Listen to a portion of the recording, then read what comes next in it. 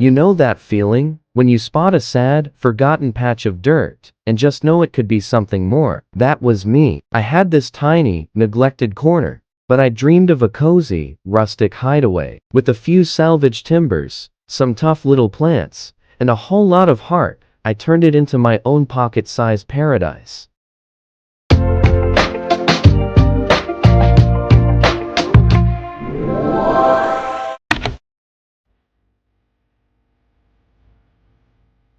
Picture this, a tiny, forgotten patch of clay, one lonely dandelion, and a view of my neighbor's recycling bins. Not much to dream about, right? But I saw potential: a cozy nook of wood, lavender, and barefoot coffee mornings.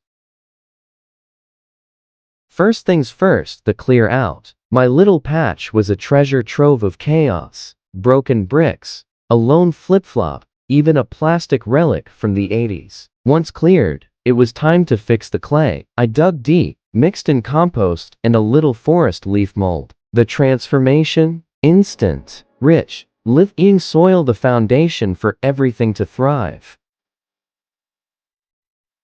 With the soil ready, it was time to shape the space. I used reclaimed bricks for a winding path. Their worn edges and mixed colors add instant character. No mortar, just sand in the gaps for that rustic, changeable feel. For the edging, I charred pallet wood, free, weatherproof, and beautifully dark. Simple materials, timeless charm. Every garden needs a place to just be. I built a tiny deck from salvaged scaffold boards cut in uneven lengths for that handmade, rustic edge. Then came a sturdy bench from an old railway sleeper, finished with linseed oil, and left to weather naturally. It's not about perfection, it's about creating a seat that feels like it's always belonged. Now for the fun part, the planters. I upcycled old tins, a leaky kettle, even a rusty colander, a few drainage holes, some grit and voil, instant character. I grouped them in 3s or 5s for a natural, full look. No paint, just seal the rust to keep that warm, aged patina. Every piece tells its own little story. When space is tight, every plant has to earn its keep. Go vertical: a dwarf Russian olive for that silvery shimmer, and a slender apple tree that brings both height and breakfast. To soften the edges, trailing rosemary spills gently over the deck, filling the air with its scent. Nasturtiums and calendula add cheerful bursts of orange and gold. Keep your palette simple: silver, green, and burnt orange, and repeat colors and textures to make your tiny garden feel abundant and serene. Once the hardscape and plants are in, layer texture. Behind my bench, chicken wire supports a clematis, blending soft and hard elements. Around the bricks, coarse gravel mimics a riverbed, aids drainage, and keeps things tidy. These contrasts, wood, gravel, plants, give a small garden depth, charm, and life.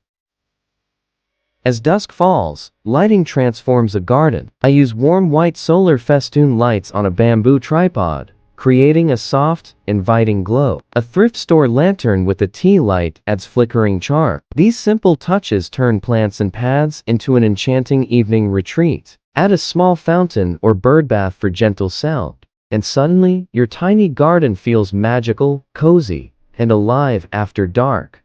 4 weeks in, the garden is alive. Nasturtiums trail wildly, the dwarf Russian olive stays airy, and the sleeper bench is silvering beautifully. Best of all, a tiny robin has moved into the leaky kettle planter, becoming a cheerful little guardian. Nature's surprises make all the work truly rewarding.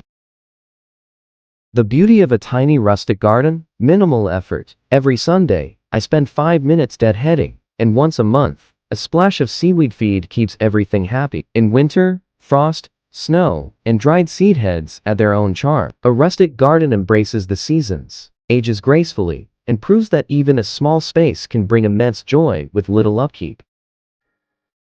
The best part? This garden cost almost nothing. Compost, gravel, and solar lights were the only purchases. Everything else, bricks, pallet wood, scaffold boards, even a kettle and colander, was salvaged. Total spend? Under £20. Creativity and a little dumpster diving made a stunning, personal garden.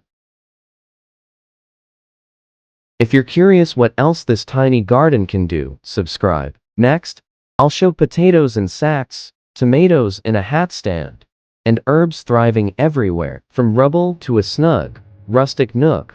It all started with good soil, layered textures, and a simple color palette. A little vision, some resourcefulness, and nature's magic turned it into a living, breathing space.